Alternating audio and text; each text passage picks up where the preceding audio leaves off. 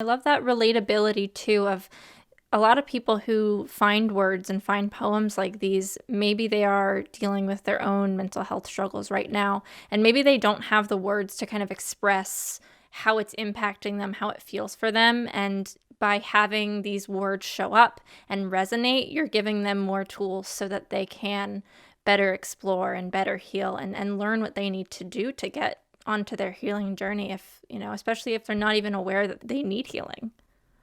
Hmm. Definitely. One of the poems that really stood out to us, we were talking about like, your work and whatnot. One of the poems that really stood out was the She and I Are Not Friends from the book. Mm. And personally, it's funny, I made a joke right before you got on. I was like, she and I are not friends. We don't know her. We don't like her. We don't talk to her.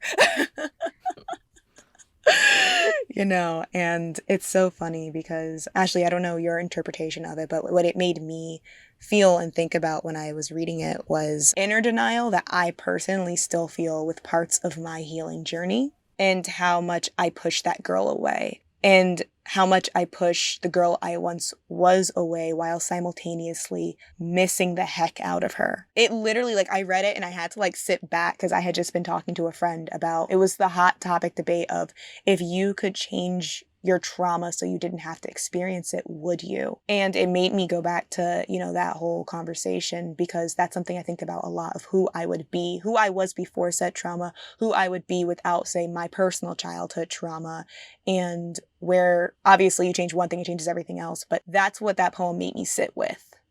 The who I was, who I am now, and who I wish I could be, if that makes sense. Yeah, definitely. When I wrote that poem, that was during a time where, like I said, coming out of therapy and just reconciling with a lot of what I was dealing with. At the time, I was on antidepressants. And I think I struggled with acceptance, self acceptance at the time. And so there were parts of me that I was still denying and parts of me that I kept trying to push away. And those parts of me were really trying to embrace me and hold me and show me that my humanity still matters, that I'm still worthy and that I'm still enough. I had a hard time reconciling with that. And so when I wrote that, it was kind of like me being in the middle and feeling like this tug of war between self acceptance and also wanting to get to a place of from self denial to self acceptance, and how can I cultivate that in my life and recognizing how do I define my worth? How do I define what it means to be enough? Because at the time, like I said, coming out of therapy, being on medication, all those things really were a wrestle for me. And there were times where I felt a lot of shame for being someone who had to be on medication, being someone who realized, like, I have chronic depression.